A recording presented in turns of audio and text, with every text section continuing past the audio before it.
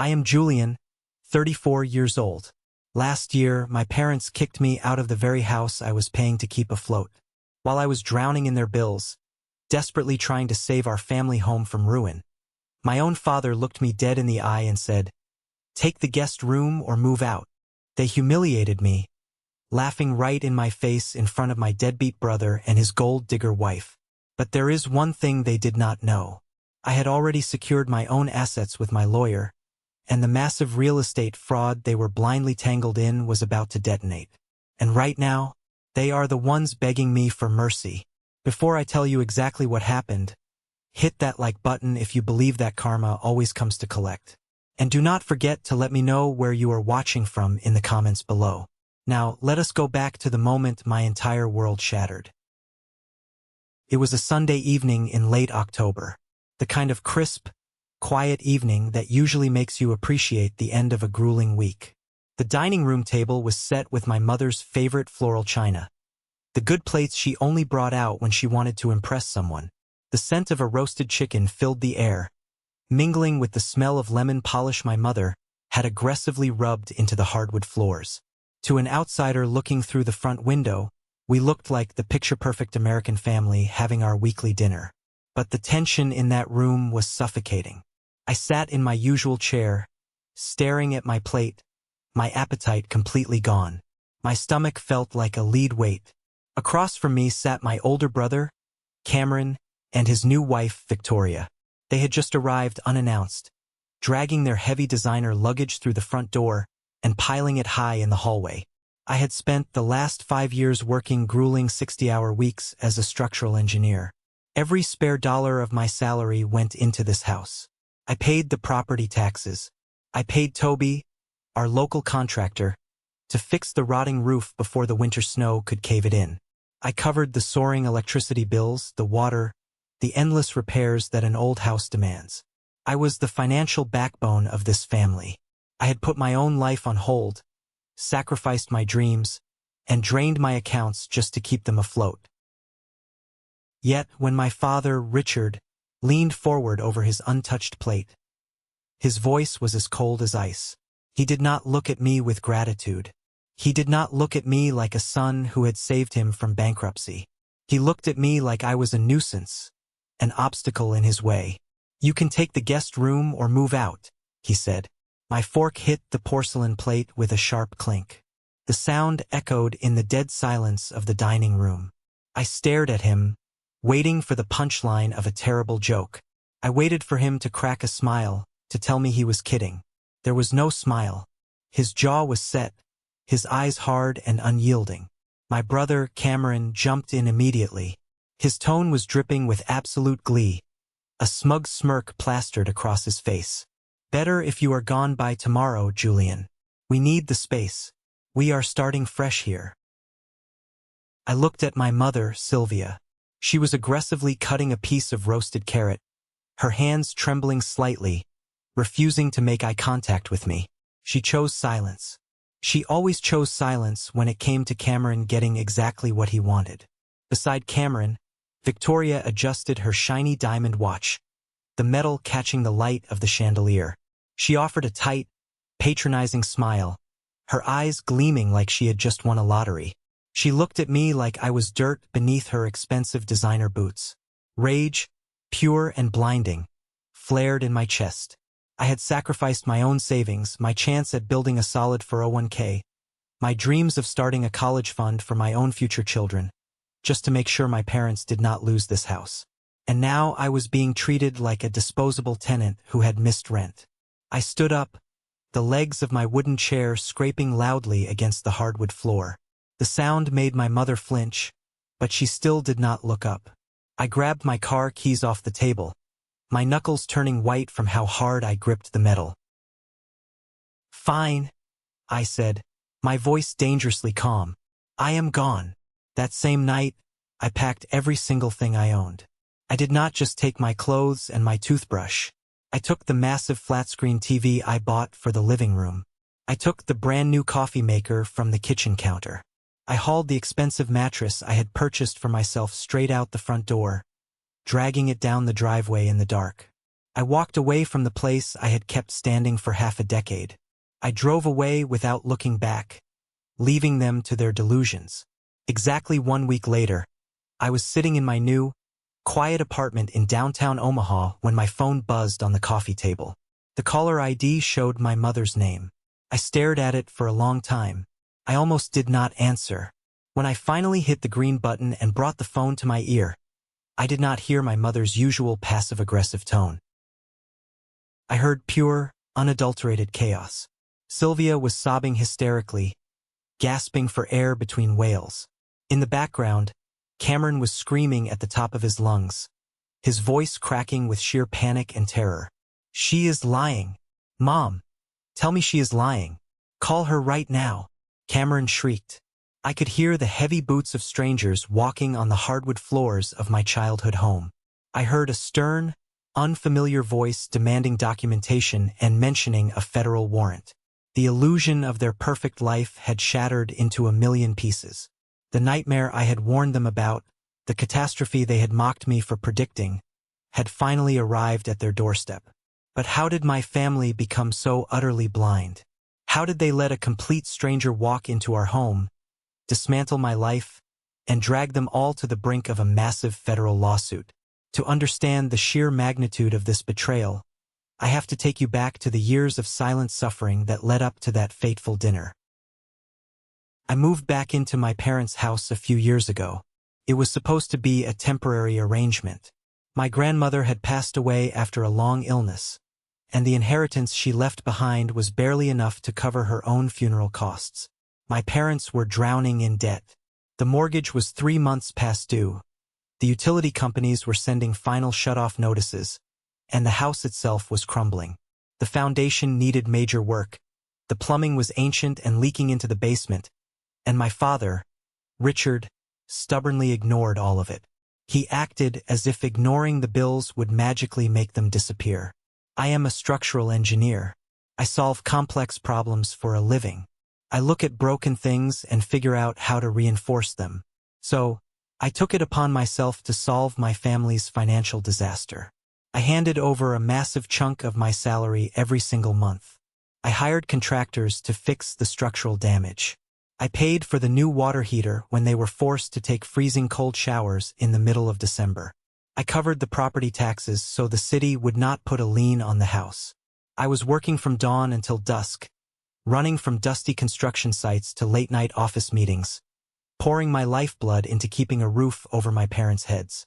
I sacrificed my social life, my dating life, and my own financial security. But no matter how much money I drained from my own bank account, no matter how many times I saved them from disaster, it was never enough to earn my father's respect. Richard's focus was always fixed entirely on my older brother, Cameron. In our family, Cameron was the golden child. He had a natural charisma, a smooth way of talking that could sell ice to a polar bear. The problem was, Cameron had an incredible knack for failing upward. He burned through one ridiculous business idea after another. First, it was a high-end food truck that ended in a massive health code violation and thousands of dollars in fines. Then, it was some shady cryptocurrency app that swallowed up his investors' money and nearly got him sued. He even tried starting an online retail store that folded within 3 months, leaving him buried in inventory debt. Every single time Cameron failed, he would come crawling back to our father with a brand new pitch. And Richard would eat it up. My dad would praise Cameron's vision, calling him an entrepreneur, a risk-taker, a visionary. Meanwhile, I was just the reliable ATM in the hallway. I would hand my father the receipt for a $2,000 plumbing repair, and he would just nod absent-mindedly, already asking if I could lend Cameron a few bucks for a business trip. The worst blow came during a Thanksgiving dinner 2 years ago. I was standing near the hallway, holding a tray of appetizers, about to enter the kitchen to help with the dishes. The door was slightly ajar. I heard my mother, Sylvia, whispering to my father in hushed, urgent tones. "Do not push Julian too hard about the grocery bill," she hissed. "He is just here to help pay the mortgage, Richard. Cameron is the one with the real vision. We have to support Cameron's dreams. Julian is fine where he is." I stood frozen in the hallway. The words hit me like a physical punch to the gut. I was not their son. I was their retirement plan. I was the safety net they used so they could afford to blindly finance my brother's delusions. It stung terribly, a deep, aching pain in my chest, but my fear of completely losing my family kept me tethered to that house. I swallowed my pride. I walked into the kitchen, smiled, and kept writing the checks. And then Cameron met Victoria. He brought her to dinner one evening in late autumn. I remember looking out the living room window and watching a sleek, brand-new black Porsche Cayenne pull into our cracked concrete driveway. Out stepped Victoria. She was wearing a tailored designer suit, sharp heels, and carried a leather handbag that cost more than my car. Cameron was beaming, puffing his chest out like he had just conquered the world. He introduced her as a high-power real estate agent. From the moment she walked through the door, my parents were completely mesmerized. Sylvia could not stop gushing over Victoria's polished appearance, complimenting her hair, her clothes, her jewelry. Richard practically drooled over her stories of flipping commercial properties and negotiating massive land deals across the state. But my analytical brain immediately started seeing the red flags. I know the Omaha real estate market. It is stable, but it is not the kind of market where a 30-year-old agent drives a $100,000 car and flaunts a Rolex, unless she is the top 1% of the entire state. Victoria laughed entirely too loud at my father's dry jokes. She tossed her hair and dropped buzzwords constantly. She talked about leverage, equity extraction, and aggressive portfolio expansion. It sounded like she was reading a script from a late-night infomercial meant to scam desperate investors. I tried to ask her specific questions. I asked about zoning laws on her latest commercial project. I asked about the current interest rates affecting her residential buyers. She deflected every single question smoothly, changing the subject with a loud laugh, steering the conversation back to some vague, multi-million-dollar deal she was supposedly closing next week. As the weeks turned into months, her lifestyle became even more absurd. She would drop by the house with expensive shopping bags, handing my mother high-end perfumes and buying my father imported scotch. Cameron did not question a single thing. He just bragged constantly about his wife's incredible hustle. I watched the math, and the math simply was not matching. I was stretching my substantial salary to the absolute breaking point just to pay for my parents' basic needs. Yet Victoria was throwing cash around like it was printed in her basement. I tried to bring it up to my mother one afternoon while she was knitting in the living room. "Mom," I said gently, sitting across from her, "does Victoria's income seem a little exaggerated to you? I mean, buying a new Porsche and taking Cameron to Aspen every other weekend, it does not align with local real estate commissions. Something is wrong." Sylvia did not even look up from her yarn. She just sighed, a sound of deep, profound annoyance. "Julian, please do not be so terribly skeptical. She is highly successful. You should be happy for your brother instead of counting her money. Maybe if you took some risks like Cameron, you would not be so stressed all the time." I bit my tongue so hard I tasted blood. It was not just the money that bothered me. It was the way Victoria looked at me when Richard and Sylvia turned their backs. It was a cold, calculating smirk. She knew exactly what she was doing. She was wrapping my parents around her perfectly manicured finger, feeding them a fantasy of immense wealth. I started keeping a detailed mental ledger of every single dollar I spent on that property. Over the years, it amounted to nearly $150,000. I was not just helping out. I was the only reason they had not faced foreclosure. I spent my weekends fixing leaky pipes while Cameron and Victoria posted photos from luxury ski resorts. The resentment built up inside me like magma under a volcano. I lay awake at night in my childhood bedroom, staring at the ceiling, wondering when my breaking point would arrive. I knew Victoria was playing a dangerous game. I could feel it in my bones. But I had no idea just how deep her rot went, or that she had already set her sights on the very house I was bleeding myself dry to protect. The explosion finally happened on that quiet Sunday evening.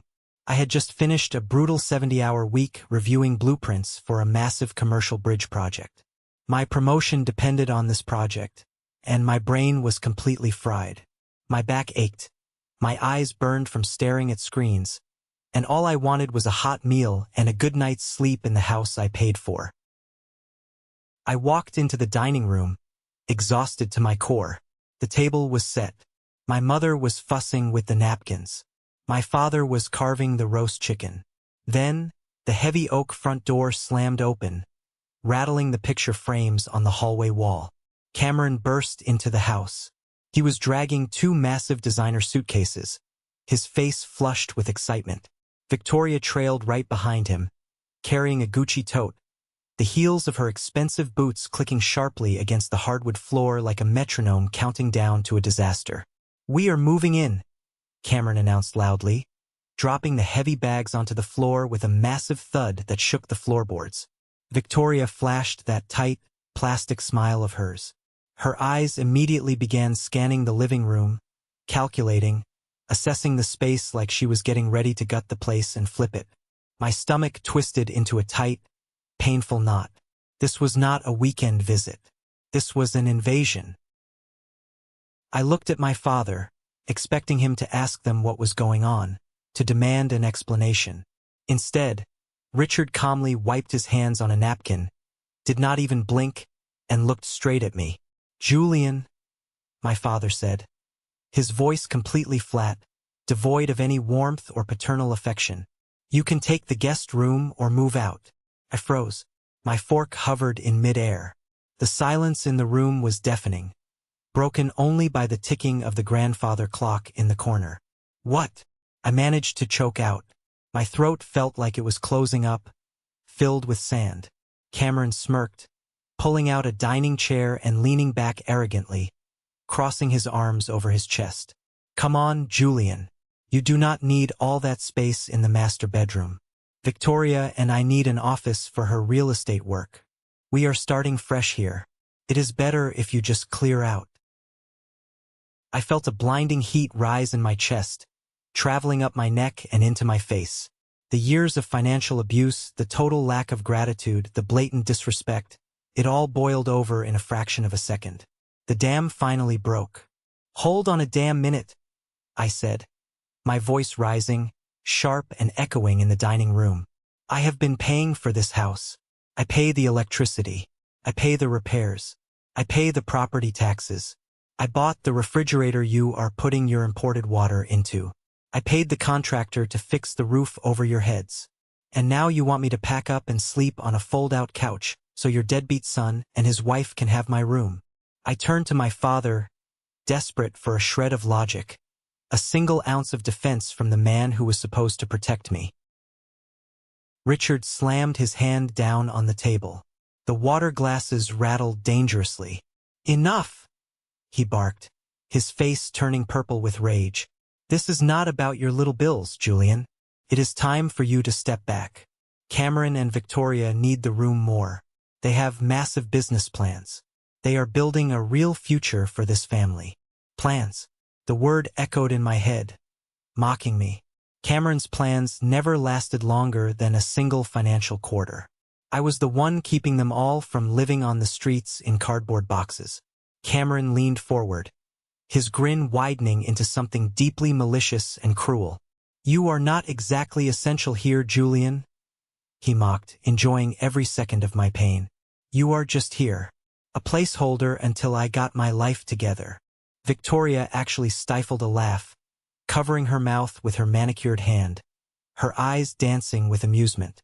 I clenched my fists under the table.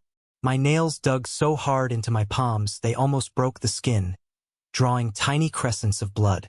"Not essential?" I shot back, my voice vibrating with a fury I did not know I possessed. "I have sacrificed my savings, my promotions, and my peace of mind to keep this family from bankruptcy. What have you ever done, Cameron, except drain every dime this family has ever had?" "That is enough," my father roared, standing up from his chair. "They are family and they are staying. End of discussion. You take the guest room or you leave my house." I looked at my mother. Sylvia was staring down at her lap, twisting her cloth napkin into a tight knot, her knuckles white. She refused to meet my eyes. She was letting this happen. She was trading me for the illusion of wealth. The room suddenly felt incredibly small. The walls were closing in on me. I realized in that exact moment that I would never be enough for them. I would only ever be a wallet, a tool to be used and discarded when something shinier came along. "I am not doing this," I said. I stood up. The screech of my chair was loud and final.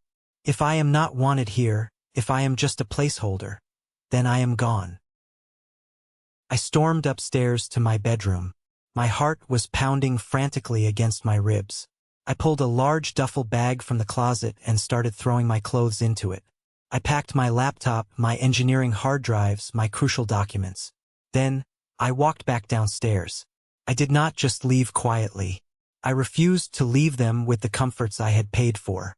I walked straight into the living room, reached behind the entertainment center, and unplugged the massive 70-inch flat-screen TV I had paid $2,000 for last Thanksgiving. I tucked it under my arm. I walked into the kitchen, grabbed the high-end espresso machine I bought for myself, and hauled it all to the front door. I went back upstairs, grabbed the expensive orthopedic mattress off the bed, and dragged it down the stairs. Cameron stood in the hallway, his arms crossed, laughing out loud. "You are taking the TV? Seriously? You are acting like a child, Julian. Good riddance." I completely ignored him. I made 3 trips to my car, throwing everything that legally belonged to me into the trunk and the back seat. Mrs. Henderson, our elderly neighbor, was standing on her front porch across the street, watching the entire spectacle with wide eyes, pulling her cardigan tighter around her shoulders. Richard stood in the doorway, his face red with anger. "You are making a massive scene, Julian. You are embarrassing this family in front of the whole neighborhood." I did not give him an answer. I slammed the trunk of my car shut, got into the driver's seat, and started the engine. As I pulled out of the driveway, I looked in the rearview mirror. The house, the place I had poured my blood and sweat into, shrank away into the distance. I spent the next 3 days moving into a small, quiet apartment in downtown Omaha. It was a stark contrast to the stifling toxicity of my parents' home. No yelling, no demands for money, just peace. But the peace did not last long. My analytical mind could not let go of the puzzle. Why did Cameron and Victoria suddenly need to move into my parents' rundown house if Victoria was supposedly a millionaire real estate mogul? People with millions do not move into a cramped suburban house with their in-laws. I decided to do some digging. I pulled up the public business registry for the state of Nebraska on my laptop. I searched for the new business Cameron had been bragging about. It was registered under an LLC. But when I dug into the corporate filings, looking at the registered agents and the financial backers, my blood ran completely cold. Cameron was listed as the CEO. But the sole financial contributor, the entity funneling hundreds of thousands of dollars into his supposed consulting firm, was a holding company registered entirely to Victoria. Cameron was not starting a business. He was operating a shell company. He was acting as a blind mule, washing dirty money from Victoria's real estate transactions. My idiot brother was the fall guy for a massive financial crime, and he had just dragged my parents right into the middle of the blast radius. The reality of the situation hit me like a freight train. Victoria was not a genius investor. She was a criminal, a parasite, and my family was deeply infected by her poison. They had invited a viper into their nest, and it was getting ready to strike. I went into the office the next morning looking like I had not slept in a week, because I hadn't. My eyes were bloodshot, my shirt was wrinkled, and my hands were shaking from too much caffeine and too much adrenaline. Naomi, a senior project manager and a close mentor of mine, noticed immediately. She marched into my cubicle, handed me a black coffee, and shut the door behind her, locking out the noise of the engineering floor. "You look like you are carrying a building on your shoulders, Julian. Speak," she demanded, crossing her arms. I poured out the entire story. The eviction, the money I had spent, the shell LLC I found the night before. Naomi, who was a fiercely protective woman in her late 50s and had survived a brutal divorce herself, did not offer me empty sympathy. She offered sharp, actionable strategy. "You need to legally protect yourself yesterday. she said sharply, pointing a finger at me. You paid for renovations on that house. You have a massive paper trail. If the feds come knocking on Victoria's door, they will seize every asset tied to her and your brother. You need a lawyer to separate your money from their mess before you get dragged down with them. She was entirely right. I pulled out my phone and called Harrison. Harrison and I went to college together. He was now one of the most ruthless real estate attorneys in the city. I asked him to meet me for lunch and brought thick files of printed copies of the LLC filings, my bank statements, and the receipts for every repair I had done on the house. Sitting in a quiet booth at a downtown diner, Harrison reviewed the paperwork. His face grew incredibly grim.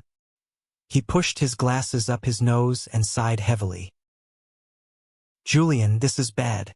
Really bad," Harrison muttered, tapping his expensive pen against the documents. "I ran Victoria's name through my network this morning after you called. She has a history, a very dark one.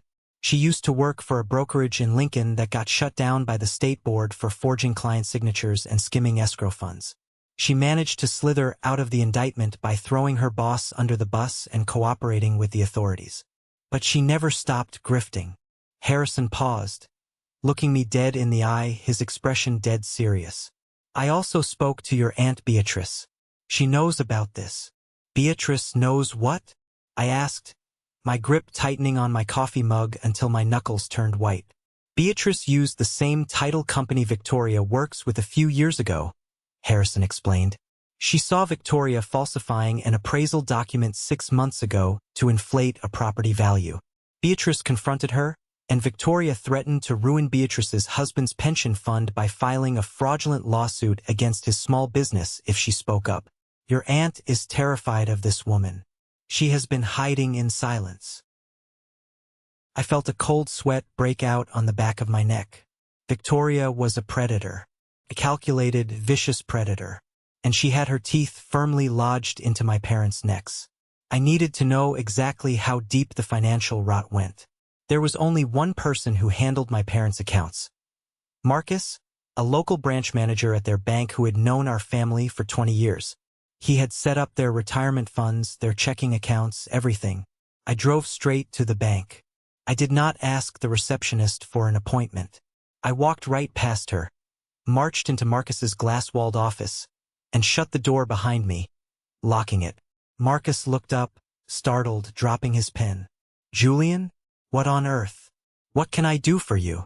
"Cut the crap, Marcus," I said, leaning over his desk, keeping my voice low and dangerous. "I know Victoria is funneling money through Cameron's LLC, and I know my parents' accounts are linked to that business. Show me the exposure, right now." Marcus went pale. He started sweating. He tried to stammer out a weak defense about client confidentiality and bank policy, but I slammed my hand down on his mahogany desk, rattling his family photos. "I have been depositing my own paycheck into their mortgage account for 5 years, Marcus. My name is on the secondary payee list. I have legal right to view the ledger. Show me the numbers, or I am calling the State Banking Commission right now and telling them you are willfully facilitating money laundering for a known fraudster." Marcus trembled. He knew I was not bluffing. With shaking hands, he typed his password and turned his computer monitor toward me. I looked at the screen, and my heart completely stopped beating. The air left my lungs. The retirement savings account, nearly $200,000 my father had worked 40 grueling years to save, the money meant to support them in their old age, was completely drained. The balance was zero.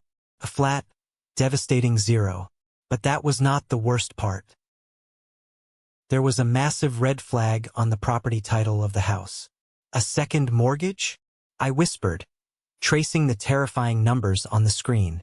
$250,000? What the hell is this, Marcus? "Victoria brought Richard in last month," Marcus admitted, his voice shaking, staring at his lap. "She told him it was a bridge loan for a massive commercial property deal.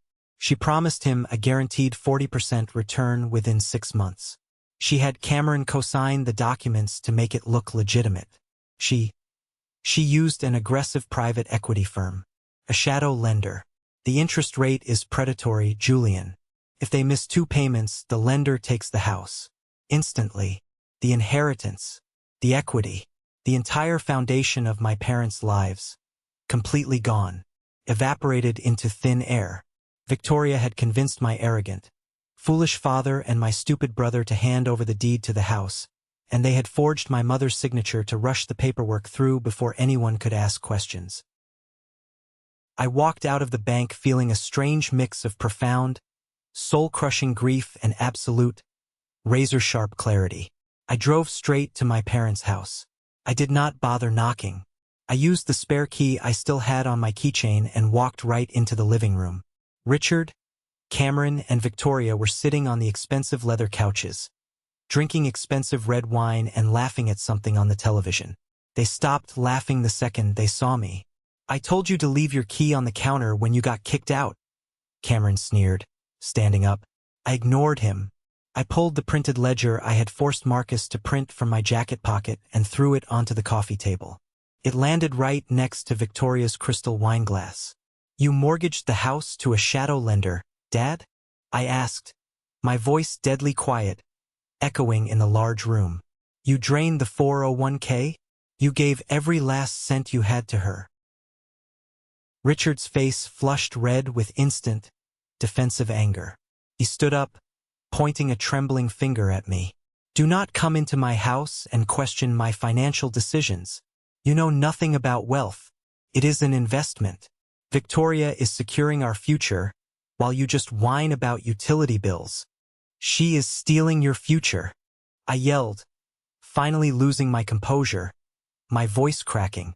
"She is using Cameron as a dummy CEO to wash illegal funds. When the federal investigators come, and they will come, Cameron is going to federal prison, and you are going to be living on the street. Aunt Beatrice knows. My lawyer Harrison knows. I have the proof right here in my hand." Cameron stormed forward and shoved me hard in the chest. "You are just jealous, Julian. You are a miserable, jealous loser who cannot stand that I am finally rich and successful. Get the hell out of our house before I call the cops." I looked at Victoria. She was sipping her wine, perfectly calm, offering me that same cold, calculated smirk. She did not look worried at all. She knew I could not stop the avalanche. It was already in motion, and she had her exit strategy planned. I looked at my father. He was glaring at me with absolute contempt, choosing his golden child over the truth one final time. "Leave, Julian," Richard spat, turning his back on me. "And do not ever come back." I took a deep breath. The last thread of obligation I felt toward these people snapped, clean and permanent. "All right," I said quietly. "I tried to save you. Remember that. I tried." I turned around and walked out the door, the sound of their mocking laughter following me out. I got into my car, picked up my phone, and dialed Harrison's number. "Harrison," I said, staring at the front door of my childhood home, feeling the heavy burden lift off my shoulders. "Call Captain Lawson at the Federal Fraud Division. Give him everything we have. We are blowing this wide open." I thought the worst was over. I was so incredibly wrong. The real storm was just about to make landfall. I sat alone in the quiet sanctuary of my new apartment, the phone pressed hard against my ear. Through the speaker, Cameron's hysterical, high-pitched screams echoed, cutting through the calm of my evening. My mother was wailing in the background, a raw, terrifying sound of absolute panic that I had never heard from her before in my entire 34 years of life. The nightmare I had warned them about, the catastrophe they had mocked me for predicting, had finally arrived at their doorstep. I did not rush. I did not panic. My heart did not race. I took a slow, deep breath, feeling a strange, profound sense of calm wash over my entire body. I calmly put on my dark winter jacket, grabbed my car keys off the kitchen counter, and walked out the door. The drive across town to the house I had bled myself dry to save felt incredibly long, yet surreal. When I turned onto my parents' street, the entire neighborhood was lit up like a Christmas tree. Flashing red and blue lights painted the suburban houses in harsh colors. 3 federal cruisers and 2 unmarked black SUVs were parked haphazardly on the front lawn and in the driveway, crushing the flower beds my mother used to tend to. The local HOA president, Mrs. Henderson, and several other neighbors were standing on their porches, clutching their robes, whispering furiously and pointing at my childhood home. This was the ultimate humiliation for a family that prided itself on appearances. I parked my car a few houses down, right next to a fire hydrant, and walked toward the absolute chaos unfolding on the lawn. The heavy oak front door was wide open, practically ripped off its hinges. I stepped inside, and the living room looked like a Category 5 hurricane had ripped right through the center of it. Drawers were pulled completely out of the antique mahogany desks. File cabinets were emptied onto the expensive Persian rug, and federal agents wearing dark windbreakers were aggressively bagging documents. Captain Lawson, a tall, imposing man from the Federal Fraud Division whom I had met with just days prior, was standing in the center of the room with a heavy metal clipboard, barking orders to his team. Cameron was on his knees near the leather sofa. The smug, arrogant golden child who had told me I was useless just a week ago, the brother who had laughed as I carried my mattress out the door, was now a weeping, hyperventilating mess. He was clawing at his own hair, his face red and blotchy, begging the agents to listen to him. I did not know. I swear to God I did not know anything about this, Cameron shrieked, tears streaming down his face, dripping onto his expensive designer shirt. She told me it was a legitimate real estate consulting firm. She told me I was the CEO because I had the vision. I just signed the papers. I just signed where she told me to sign. You have to believe me, please. Captain Lawson looked down at Cameron with a mixture of absolute disgust and professional indifference.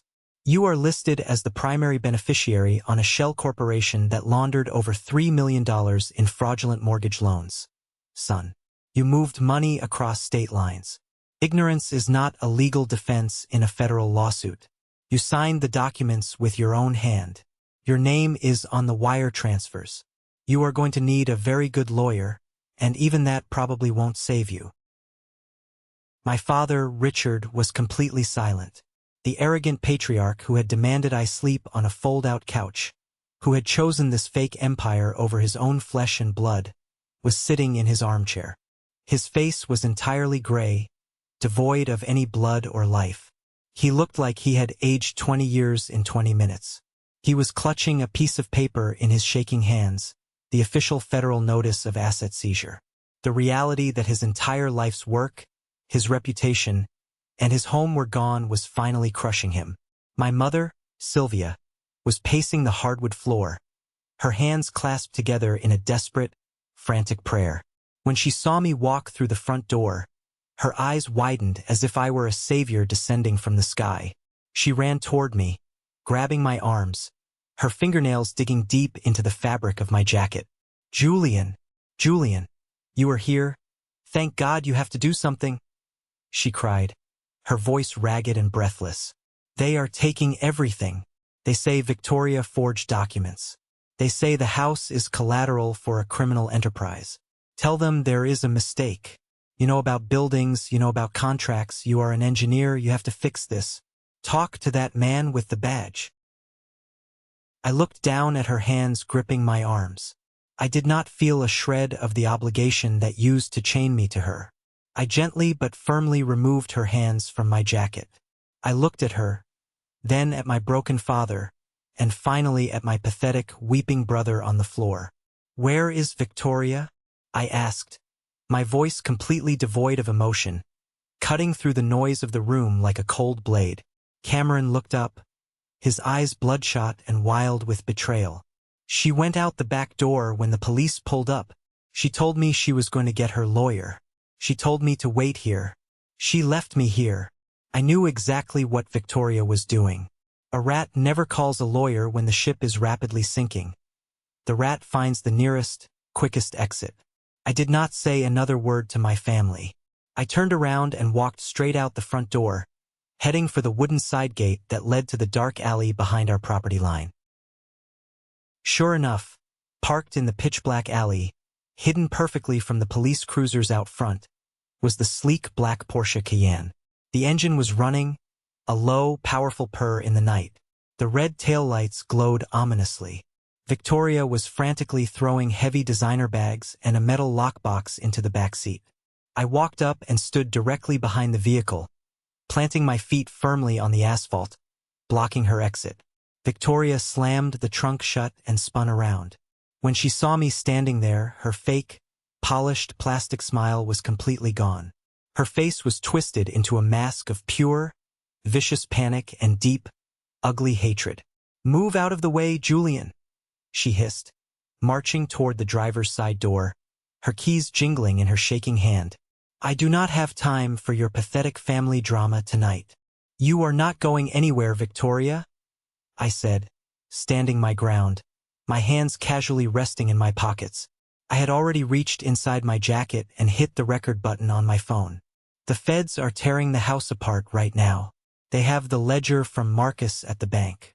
They have the fake LLC documents. They have the fraudulent appraisal forms you forced Aunt Beatrice's title company to process. It is over. You are cornered." She stopped, her hand hovering over the door handle of the Porsche. She let out a sharp, bitter, incredibly arrogant laugh. All the polished elegance vanished, revealing the street-level, desperate grifter she truly was. "You think you are so smart, do you not?" she sneered, stepping closer to me, trying to intimidate me with her sheer audacity. "You think you are the big hero sweeping in to save the day? Your family is a joke, Julian. They were the easiest, most pathetic marks I have ever played in my entire career. Your father was so desperate to feel like a big shot, so desperate to pretend he had wealth, he practically begged me to take his retirement money. And your idiot brother? I could have told Cameron I was selling prime real estate on Mars, and he would have signed the deed with a smile. I took the money because they handed it to me on a silver platter. You used my parents' house as collateral for a shadow loan from a predatory lender," I stated clearly, ensuring the hidden microphone picked up every single syllable. "You forged my mother's signature on the second mortgage documents." "Prove it," she snapped, her eyes narrowing with absolute malice. "I have offshore accounts your little federal friends will never, ever find. By the time they untangle the mountain of paperwork I left behind, I will be sitting on a beach with a brand new passport and a new name. Your family deserves everything they are getting. They tossed you out like literal garbage the second I flashed a little cash and bought them some cheap imported scotch. They are greedy, pathetic, hollow fools, and I just gave them exactly the disaster they asked for." I looked at her, feeling a strange sense of absolute calm. I did not yell. I did not threaten her with physical violence. I just stared at her with absolute, unwavering pity. "You really think you are the smartest person in the room?" I said quietly. Before she could spit out another insult, the dark alley suddenly lit up with blinding white headlights. Two unmarked federal SUVs, completely blacked out, pulled into the narrow space from opposite ends, blocking the Porsche from the front and the rear. There was nowhere to run. The heavy doors flew open, and 6 armed federal agents poured out, their weapons drawn and leveled directly at her. "Victoria Cole, step away from the vehicle and keep your hands exactly where we can see them," a voice boomed over a heavy loudspeaker, echoing against the brick walls of the alley. Victoria froze, the color completely drained from her face, leaving her looking like a ghost. The keys dropped from her hand, clattering loudly against the cold asphalt. She looked at me, her eyes wide with a sudden, horrifying realization. "You called them," she whispered, her voice trembling for the very first time since I met her. "Actually," Captain Lawson said, walking up from behind me with a pair of heavy, gleaming steel handcuffs. "Julian called us 3 days ago. He delivered the entire case on a silver platter. Turn around and put your hands behind your back. You are under arrest for federal wire fraud, bank fraud, and money laundering." I stepped back, crossing my arms, and watched as they slammed Victoria against the side of her expensive luxury car. They cuffed her tightly, read her Miranda rights, and shoved her unceremoniously into the back of an SUV. The arrogant mastermind who had destroyed my family, who had treated me like a peasant, was reduced to a terrified criminal in the back of a police car. I turned around and walked back into the house. The initial strike of the storm had hit, But the real destruction, the absolute fallout for my family, was just beginning. The living room was terrifyingly, suffocatingly quiet after the federal agents finally packed up and left. They took dozens of boxes of evidence, hard drives, and financial records, leaving behind nothing but a stack of official seizure notices on the coffee table. The flashing red and blue lights faded down the street, leaving the house in a cold, dim, oppressive stillness. My father was still sitting in his armchair, frozen in place. He looked at the paperwork left on the coffee table as if it were written in an alien language. The shadow lender, the aggressive private equity firm Victoria had used to extract the equity, had already been notified by the feds and had filed a default notice. The house was going into immediate, aggressive foreclosure. Cameron was sitting on the floor, his head buried in his hands, rocking back and forth like a small, frightened child. "I am going to jail," he kept muttering, his voice hollow. "I am going to federal prison. They are going to lock me up." Sylvia, wiping her running mascara with the back of her trembling hand, walked over to me. She reached out and grabbed my hand, squeezing it so tightly her knuckles turned white. Suddenly, the dynamic shifted. Suddenly, I was no longer the placeholder, the ATM, the annoying obstacle. Suddenly, I was their only son again. "Julian," my mother pleaded, her voice thick with absolute desperation and fear. "We have absolutely nothing left. The bank accounts are frozen by the government. The retirement is completely gone. The house is being taken from us. You have to help us. You have that great salary from your engineering firm. You have your savings. You have a college fund you started for your future. You can hire a massive, expensive legal team for Cameron. You can pay off the shadow lender and save the house before they kick us out. We are family, Julian. We need you now more than ever." Richard looked up from his chair.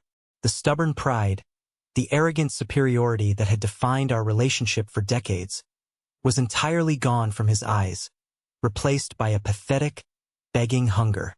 "Son," he said, using that word for the first time in what felt like a lifetime. "I was wrong. I was blinded by her. I admit it. I made a terrible mistake. Please, Julian. You are the only one who can fix this mess. You always fix things around here." I stood there in the center of the ruined living room. I looked at the three of them. I looked at the walls I had painstakingly painted with my own two hands on my weekends off. I looked at the ceiling where I had paid Toby, the contractor, thousands of dollars to fix the severe water damage. I felt the massive, crushing weight of 5 years of sacrifice, 5 years of brutal financial abuse, 5 years of being treated like a second-class citizen in my own home. I slowly, deliberately pulled my hand out of my mother's desperate grasp. I reached inside my heavy jacket pocket and pulled out a thick, legal manila folder. I tossed it onto the coffee table, letting it land right on top of the federal foreclosure notice. "I am not fixing anything," I said, my voice echoing in the quiet room like a heavy wooden gavel striking a judge's bench. Richard stared at the folder, confusion washing over his exhausted face. "What is this?" "That is my exit strategy," I replied coldly, staring him down. "When you sat at that dining table and told me to take the guest room or move out, when you laughed in my face and told me I was completely useless, you made a critical, fatal error. You forgot that I am an engineer. I document absolutely everything. And you forgot that my best friend, Harrison, is the most ruthless, brilliant real estate lawyer in the entire state of Nebraska." I pointed a firm finger at the documents inside the folder. 3 days ago, I sat down in a conference room with Harrison and Captain Lawson. I handed over the bank ledgers I forced Marcus to print. I handed over the Shell LLC filings. But more importantly, I handed over every single receipt, every single contractor invoice, and every single bank transfer I made to keep this house standing over the last 5 years. Cameron looked up from the floor, wiping his nose, completely lost. "What are you talking about? What does that mean?" "I filed a mechanics lien and a constructive trust against this property," I explained slowly, making sure they understood every single word. "I established a legally binding, indisputable paper trail proving that I was the sole financial provider for the maintenance, taxes, and structural integrity of this asset. Harrison took those documents straight to a federal judge. Because Victoria used fraudulent, criminal means to secure the second mortgage, and because my financial contributions predate her criminal involvement by years, the court granted my petition immediately. Sylvia gasped loudly, her hands flying to cover her mouth in shock. "What does that mean for us?" Richard demanded, his voice shaking with a new kind of terror. "It means," I leaned forward, resting my knuckles on the solid wood of the coffee table, locking eyes with my father, "that the federal government has completely seized the house. The shadow lender will take whatever tiny fraction of equity you had left. But my money, the $150,000 I poured into this place to save you from bankruptcy, is legally protected by the federal court. When this property is liquidated at a federal auction next month, the government will cut me a check for my secured interest before the shadow lender or anyone else gets a single dime. My money is safe.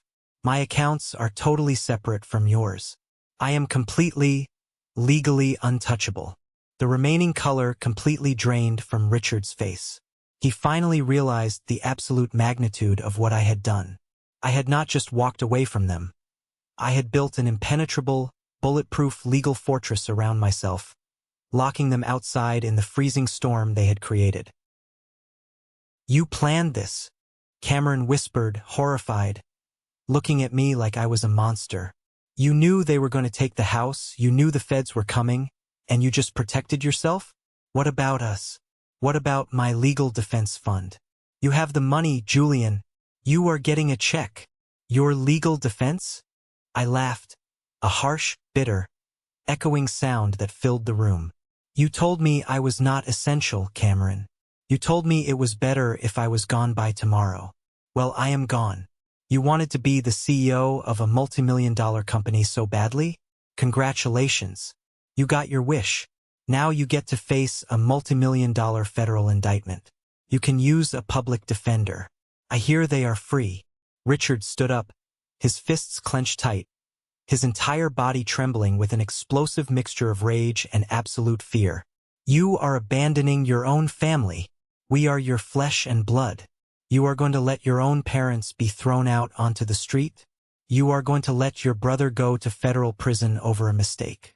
What kind of son does that?" "It was not a mistake," I fired back, my voice finally rising to match his anger, letting out years of suppressed fury. "A mistake is forgetting to pay the water bill. Mortgaging your house to a criminal syndicate is a choice. You chose to drain your 401k. You chose to forge Mom's signature on a legal document. You chose to throw me out of my own home because a con artist bought you a bottle of imported scotch and promised you free money. You made your choices, Dad. I warned you. I begged you to listen. Now you get to live with the exact consequences of your arrogance." I looked at Sylvia. She was weeping uncontrollably, sinking onto the sofa, unable to hold her own weight. "Julian, please. I am your mother. We have nowhere to go. We have no money for food. You can take the guest room at a cheap motel," I said, repeating my father's exact, cruel words back to him without a shred of remorse. "Or you can figure it out. But you are not getting another single dollar, another single minute of my time. You lost a son the night you chose greed over loyalty." I turned my back on them and walked purposefully toward the front door. The sound of their sobbing, their begging, and their desperate pleading followed me down the hallway, but I did not stop. I did not turn around. I walked out into the cool night air. For the first time in my entire adult life, I felt completely, utterly free. The heavy, suffocating chain around my neck had finally been broken. Let's pause for a moment. Thank you for staying with me this far. You're truly amazing. Please help me by liking the video and commenting the number 1 below so I know you've been here with me until this point. This not only helps more people discover this story, but also lets me know that my experiences mean something to someone. Your support is the greatest motivation for me to keep sharing the rest of this journey. Now, let me tell you what happened when the dust finally settled, because the universe has a very strict way of balancing the scales. The immediate aftermath of that night was exactly as brutal and unforgiving as I had predicted. The federal government moves very slowly during an investigation, but when it finally strikes to collect, it strikes with absolute, uncompromising force. Within 3 weeks, the bank and the federal authorities finalized the foreclosure on the property. My parents were handed a strict, non-negotiable eviction notice. The house, the place I had spent hundreds of hours and thousands of dollars repairing, was officially boarded up and slapped with a bright orange government seizure warning on the front door. They had absolutely nothing. Their bank accounts, including whatever meager checking funds they had left, remained frozen indefinitely as part of the ongoing federal investigation into Victoria's massive money laundering syndicate. I did not attend the eviction. I did not offer to help them pack. I heard through Aunt Beatrice, who called me a few weeks later, that they had to pack whatever cheap clothes and personal items they had left into black plastic garbage bags. They moved into a cramped, miserable, roach-infested one-bedroom rental apartment on the absolute worst side of town. The security deposit and the first month's rent for that terrible apartment were paid by selling my mother's beloved floral china, her wedding ring, and my father's vintage collection of watches to a local pawn shop for a fraction of their worth. 6 months passed. It is truly incredible how much a person's life can change in 6 months when you are no longer carrying the dead weight of a toxic, ungrateful family on your shoulders. I threw myself entirely into my career, without the constant, draining anxiety of my parents' financial disasters hanging over my head, without the fear of coming home to a new unpaid bill. My mind was finally clear.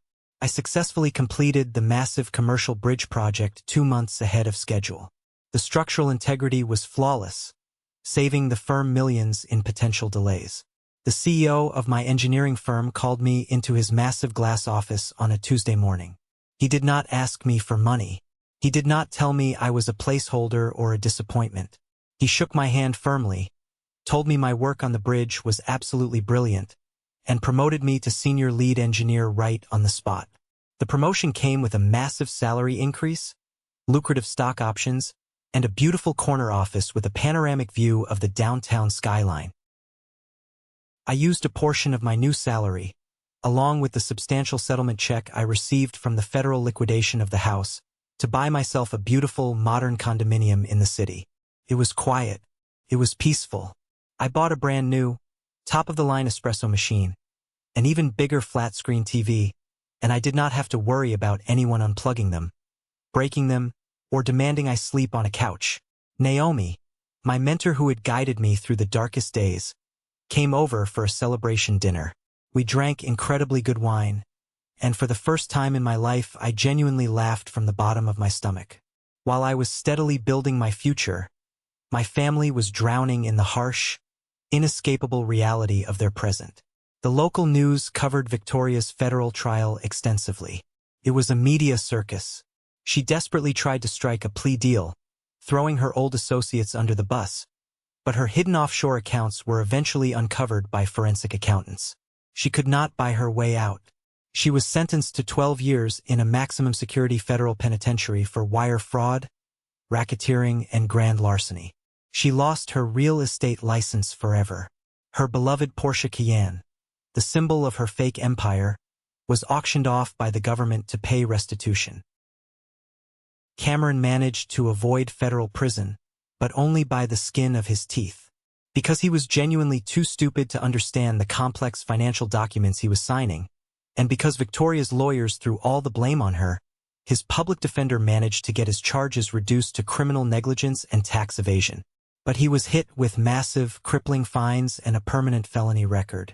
The brilliant entrepreneur, the visionary golden child who was supposed to build an empire, was now working the graveyard shift at a local convenience store. He spent his nights wearing a cheap polyester uniform, sweeping dirty floors, and struggling just to pay his monthly probation fees. And my father, Richard, the proud, arrogant patriarch who thought he was too good to appreciate my hard work, was violently forced out of his comfortable retirement. At 68 years old, with a failing back, he had to take a grueling job driving a delivery truck for a massive logistics company. He spent 10 hours a day hauling heavy cardboard boxes up flights of apartment stairs in the freezing cold, his body aching, his immense pride completely shattered. Every single time I went to the grocery store, I was reminded of how quickly fortunes turn. I saw older men like my father, exhausted and broken by the world, and I felt a brief twinge of human pity, but I never, ever felt guilt. Guilt is for people who did not try. Guilt is for people who walked away when they could have helped. I gave them everything I had, I bled for them, and they threw it right back in my face. But there was one final secret, one final, twisting knife of betrayal that I had yet to uncover. And it came in the form of a handwritten letter in my mailbox. It was a rainy, gray Tuesday afternoon when I went down to the lobby of my building to check my mail.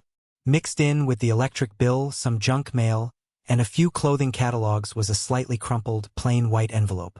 I recognized the handwriting immediately, even though the letters were shaky and uneven. It was elegant, cursive writing. It was from my mother, Sylvia. I took the elevator back up to my quiet condominium, walked into my pristine kitchen, made myself a cup of black coffee, and sat at the granite island counter.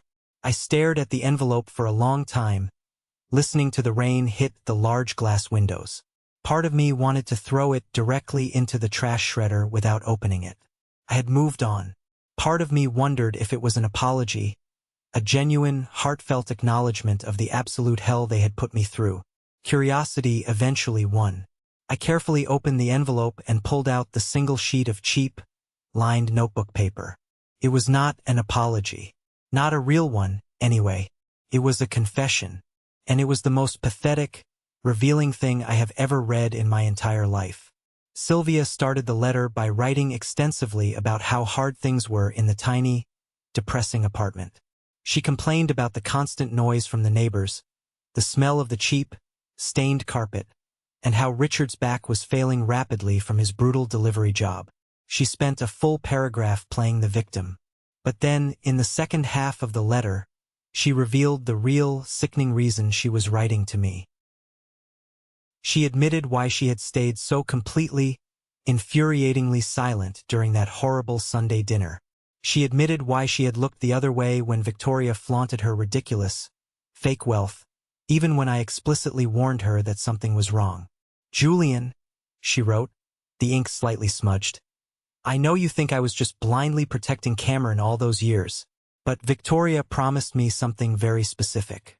Before she and Cameron moved in, she took me to a very expensive lunch downtown. She told me that once her massive commercial deal closed, she was going to give me $50,000 in cash as a personal gift, just for welcoming her into the family. She showed me glossy pictures of a beautiful little vacation condo in Florida, right on the water. She promised me we could buy it together. I wanted that condo, Julian.